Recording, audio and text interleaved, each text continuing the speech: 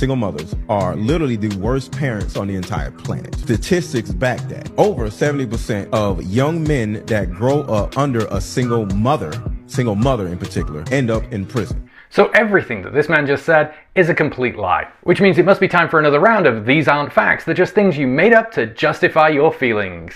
Now, the often quoted statistic is that 70% of inmates come from single mother homes, which would represent about 840,000 of the 1.2 million people incarcerated according to the Department of Justice in 2021. Meanwhile, 70% of the estimated 19 million children raised in single mother homes would be about 13 million. And I'm not sure how Aaron's defining young men, but even if we adjust for that, it would still be an absurdly wrong number. Okay, so Aaron misspoke, but what about that 70% statistic? That has to be correct, right? After all, it's repeated everywhere. Women gotta hold themselves accountable because 70% of boys in jail are raised by single mothers. Single sisters are to blame for the high population of men in jail. 70% of youth in juvenile delinquent facilities come from single mother homes. 80% of all youths in prison are from single mother homes. If you compare a single mother, is 80% chance of going to jail. 80% of all prison inmates came from single mothers' homes. I did the research. 80% of black males who are in jail come from single mother homes. We are filling up these prisons with fatherless kids. Okay, so we're not sure if it's 70% or if it's 80%, if it represents all prisoners, just young men, or only black men. But what we do know is that prisons are full of young men from single mother homes, and the women folk are to blame for it. And this statistic has been copy-pasted across every website for fathers' rights groups and family law attorneys representing fathers.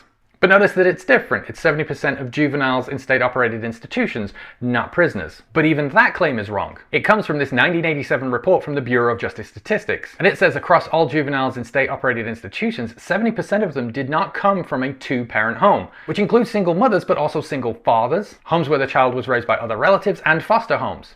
In fact, single parents were only 54%, and of that, 48.4% were single mother households. But it's important to remember that this is 35-year-old data about juveniles in juvenile institutions, not prisons. And they only surveyed about 10% of juveniles, so while it might be indicative, it should not be taken as a concrete fact. Now, the statistics on inmates are actually fairly easy to get, thanks again to the Bureau of Justice Statistics. And in 2002, they showed that the number of offenders from single mother homes actually dropped from 41% to 39%, and went back up in 2016 to 41.1%.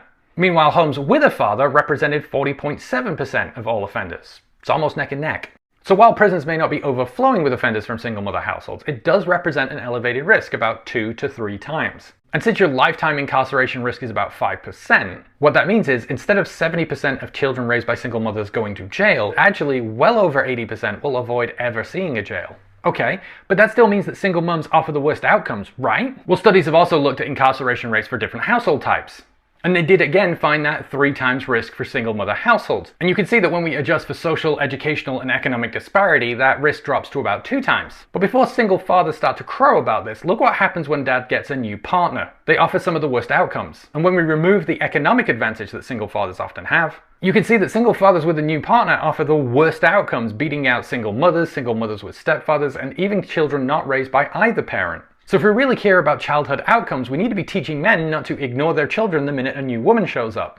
And even if we just want to focus on improving the outcomes for single mother households, then we need to talk about what causes them, which is absentee fathers. Because absentee fathers are a huge problem. Anywhere between 1/5 and 1/4 of all fathers have no contact with any of their children. And this is often framed as, oh, my baby mother or my bee of an ex-wife doesn't let me see the kids. But that's also not true, because when we look only at men with high levels of custody, 40%, almost half of those who start out with weekly contact, virtually abandon their children within 8 years, having little to no contact. And studies have looked into the risk factors for father abandonment, and found that once again top of the list is fathers who have a new partner. And if they have a child with that new partner, then virtually all of them abandon their previous children. So if we really care about improving childhood outcomes, then we need to stop talking about single mothers and instead talk about the disgusting attitudes and behaviors in fathers that treat their children as disposable.